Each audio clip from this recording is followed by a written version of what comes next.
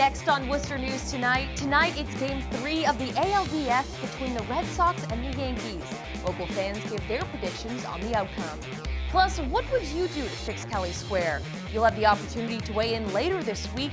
We'll tell you how.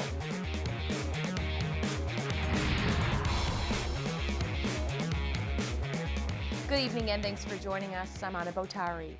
The Massachusetts Department of Transportation is preparing to hear from Worcester residents about changes to Kelley Square. Along with a stadium development, the intersection is set for a redesign before AAA baseball starts play in the city. Some who drive through the area regularly have suggestions on how the state can fix Kelley Square. Our Cam Jandro joins us now live with more. Cam?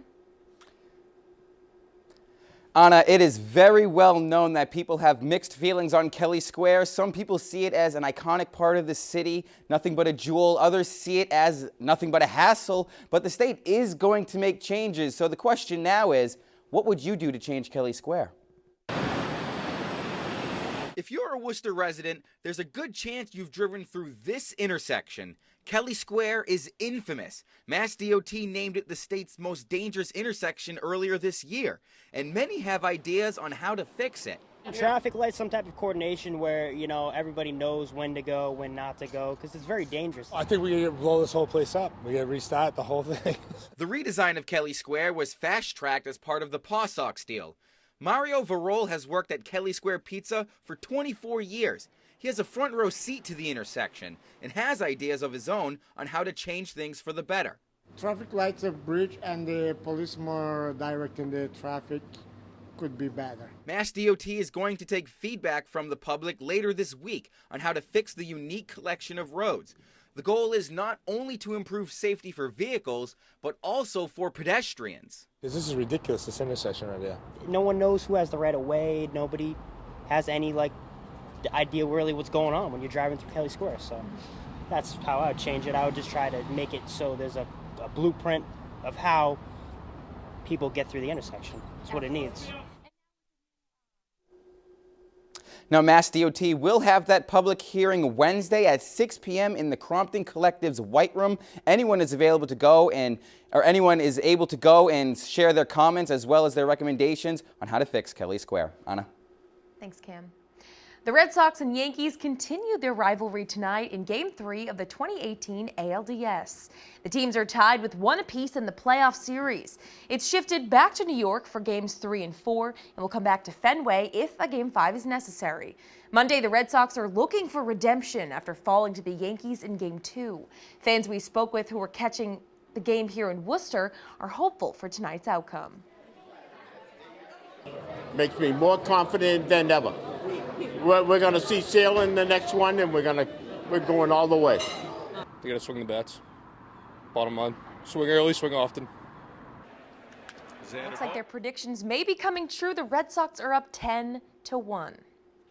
Well, there's no set date for when Cultivate Holdings in Leicester will start selling recreational marijuana, but the town's police department says it will be in the immediate future. Cultivate will be one of the first, if not the first, dispensary in the state to sell recreational marijuana. They've been selling medical since December of 2017. Leicester Police Chief Jim Hurley says his officers are ready to deal with an increase in traffic and clients when the shop starts selling recreational. The issue that we're up against is this is not the type of problem that I can pick up the phone and call another police chief who's experienced it and ask him what he did. This is the first one in the state, so we have to be ready for just about anything. Chief Hurley says the department's built a good relationship with Cultivate and they meet on a regular basis. A missing ATV rider is found safe in the woods thanks to the first responders in Oxford Police Department's drone. Sutton police say the 58-year-old man was found in the woods off of Wittens Road around 8:30 Saturday morning. He went off-roading around noon on Thursday and hadn't been seen or heard from since then. Robert Amaral was found uninjured but disoriented in the woods. October is Breast Cancer Awareness Month, and many survivors and doctors will tell you to be your own advocate. The disease affects thousands of women nationwide every year, and in Central Mass, one group is hoping to help patients in many ways. Our Brittany Schaefer has the story. Del Bashand was shocked after she received a breast cancer diagnosis 5 years ago. I was diagnosed, and 1 year later my sister was diagnosed with a completely different kind of breast cancer, and we have no family history of breast cancer. Bashand says her cancer was growing for 10 years, but was slow moving, so she was able to be treated. Now she's the president of Pink Hippie and helps others going through what she did. We provide oncology massage, yoga, meditation, reflexology, Reiki, music and art therapy, and comfort items, all at no cost to cancer patients. October is Breast Cancer Awareness Month. Bashand says it's important to emphasize a disease affecting 1 in 8 women. We have to check ourselves, be insistent when we find something that we get looked at right away, that we all go for mammograms. If I hadn't gone for a mammogram, I wouldn't have found mine. It gives us all a chance, especially many of us busy women, sometimes with families, careers, to really stop, take a minute for our own health and make sure we've checked in with our breasts recently. The Breast Cancer Center at St. Vincent Hospital says thanks to new technology, the disease is becoming more easily detected. I think the biggest thing that we've been talking about for the last couple years is 3D mammography, and that's the machine we're standing in front of today. So 3D mammography takes some extra pictures. We're picking up more breast cancers. Bashand's advice to anyone with a recent cancer diagnosis is to be your own advocate. It is an overloading diagnosis, so you really need to be comfortable with your doctors, with your team, with your treatment plan. That's the best advice I could give anybody. Bashand is officially cancer-free. She says now that she's healthy, her main focus is helping others and spreading awareness. Brittany Schaefer, Worcester News Tonight. He's typically known for writing children's books, but a Worcester native was going for something different with his latest work, Hey Kiddo. It tells his story about growing up with a mother addicted to drugs and the struggle he faced as a child. Our Rosalind Flaherty has his story. New York Times best-selling author Jarrett Krozoska wrote and illustrated his new book, Hey Kiddo, in hopes of helping others.